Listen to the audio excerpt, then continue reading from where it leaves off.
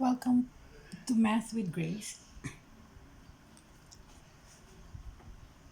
Our topic today is just a continuation of our hypothesis testing using t-test with one population. But in this case, we are given a set of raw score on our given problem. So let's take a look at our problem. A 10 randomly selected oil wells in a large field produce 21, 19, 20, 22, 24, 21, 19, 22, 22, and 20 barrels of crude oil per day.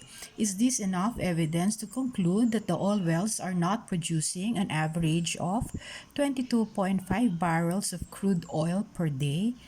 Test at 0.01 level of significance. Just like any other word problem, let us take a look, or let us find or identify the given. First, we have to check our population mean. So on the second sentence here, it says here, is this enough evidence to conclude that the oil wells are not producing an average of 22.5? So we have to prove if this 22.5 is true or not. So that is our population mean, which is 22.5 barrels. Now the next thing is to find our sample mean, our sample size. Okay, for the sample size we have 2, 4, 6, 8, 10. So that our n is equal to 10. The next one is our sample standard deviation. Since we're using t-test, because our n is only 10, that means if our n is less than 30, you have to use, if n is less than 30 and the population standard deviation is given, you have to use t-test. So for t-test, we need the sample standard deviation. Now, the sample mean and the sample standard deviation are not given in the problem. But before we identify this, let's just continue writing our given. And the last one, we have the levels of significance, which is our alpha, which is 0.01. Now, how do I compute for my sample size and my sample standard deviation? Of course, you can use your calculator and the function of your calculator. As you know, we have different brands of calculators and different models, and this is just an example of one calculator. Actually, it's not even a branded one, but the function of this is somewhat similar with the Casio. So first, let's turn on our calculator. If you're using different times, just make it sure that all the memories are all clear. So first we have to clear whatever memory is stored in our calculator to make it sure. So I have to press shift, that is clear, shift mode. So I want to clear all, so I'll press 3 and equal sign. So that means I have reset all, or I have clear everything. Or you can also uh, clear mode only. You can also do that, but I opted to use reset all, so I can start with that. So the first thing is, of course, you have to press mode. Okay, so I have computation, SD, and regression. I need SD, so you have to press 2. So I'm already on SD mode. In this case, I can already start. Oh, what's this? Entering the data that I have here. So first we have 21. So I have pressed 21. Then m plus. N is equal to 1. That means that is my first data. Next we have 19. 19 m plus. Then 20 m plus. 22 m plus. 24 m plus. 21 m plus. 19 m plus. 22 m plus 22 m plus 20 m plus. Okay, since I only have 10 scores here, so that means I already reached the last data, n is equal to 10. Now I am ready to check or see the values that I need. That is our sample mean and the sample standard deviation. So I have to press shift, and then we have to press S bar here on top. That's 2. Okay. So as you can see, I have X bar here 1, X sigma n 2, X sigma n minus 1, 3. So my 1 here means this is my sample mean or my mean. The second one is the population standard deviation. And number 3 is the sample standard deviation. With other calculators, you can see n minus 1. When you see n minus 1, that means that is the sample standard deviation. So let's take a look at our mean, which is 1. I have to press 1 and then equal sign. That means my sample is 21. I want to go back to get the sample standard deviation. All I have to do is press shift again and then S bar. So this is the sample standard deviation. So I have to press 3, okay, and then equal sign. Okay, so I have here 1.5635. Okay, I have to round it off to 4 decimal places. And again, you can use your other calculator. So the next thing is I have to proceed with step number 1. So for my step number 1, I have to formulate my null hypothesis. My null hypothesis will be H sub O colon mu is equal to 22.5. Okay? So for my alternative hypothesis, that will be H sub A, that will be mean is not equal to 22.5. Why did I use 22.5? It says on the problem, is this enough evidence to conclude that the oil wells are not producing? So that means you don't know if it's higher or lower, and you have to use not equal, okay, or not producing 22.5 barrels a day. Okay, now what is my type of test? So the type of test is based on the mathematical symbol of our HA. So if I have not equal here, that means I have to use two-tailed.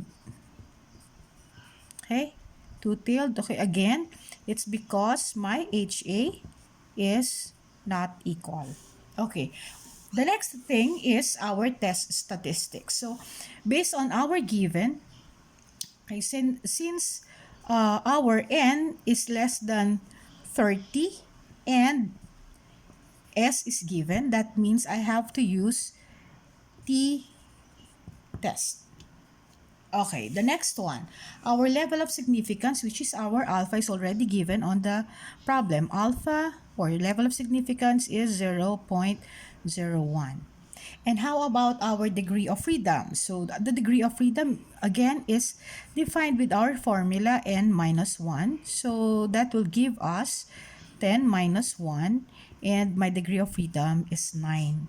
Now, let's proceed with the formula and our computation. So our formula for our t-test is t is equal to sample mean minus population mean multiplied by the square root of n all over the sample standard deviation. Okay, so the next one is we have to plug in all the given here. So for our sample mean, I have 21. Our population mean is 22.5 multiplied by the square root of our n, which is 10, over our sample standard deviation, which is 1.5635. So for our t, that means our computed t, let me get my calculator.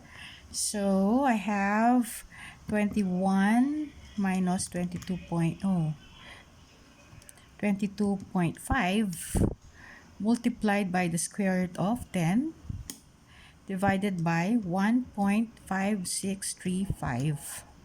Okay, so I have here negative 3.033 there 338.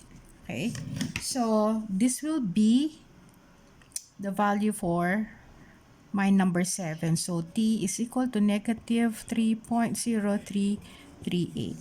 And the next thing is to identify our p-value.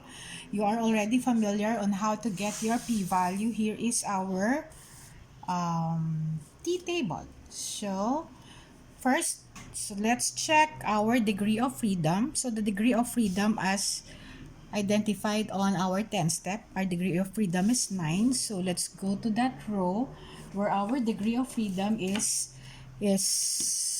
or where our degree of freedom is. Okay, that is row number, or I mean degree of freedom 9. Next is we have to identify the range where our t is. Okay, the computed d. Again, this is a negative sign. What's this? We just have to disregard the negative sign. We'll just get the absolute value. So I have here 3.0338. So that means it belongs, or it is included between 2.8214. So that will be 2.8214 less than t less than 3.242498. Okay, as already mentioned in my previous video, the p-value is the one that is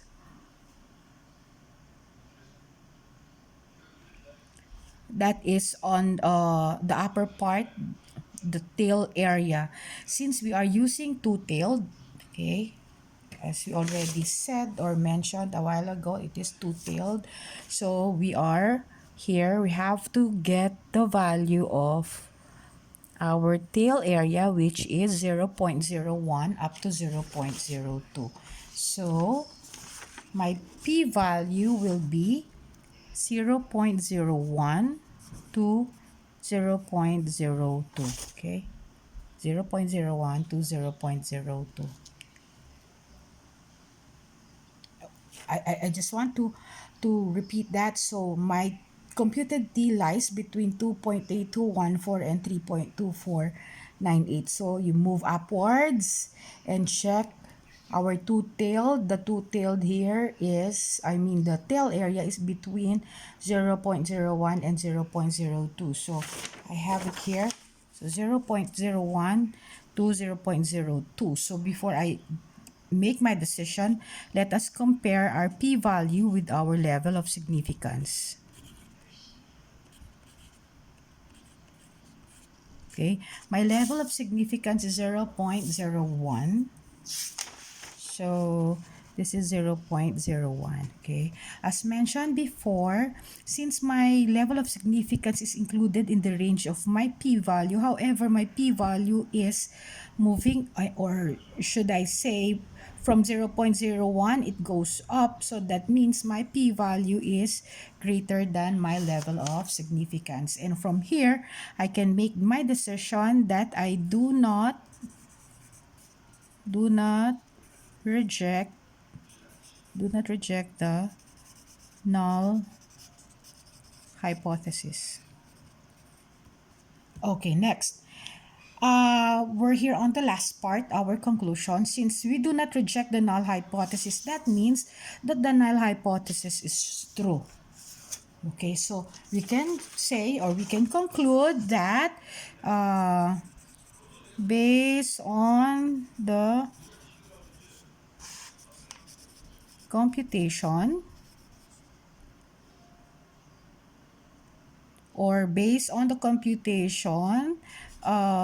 there is enough evidence evidence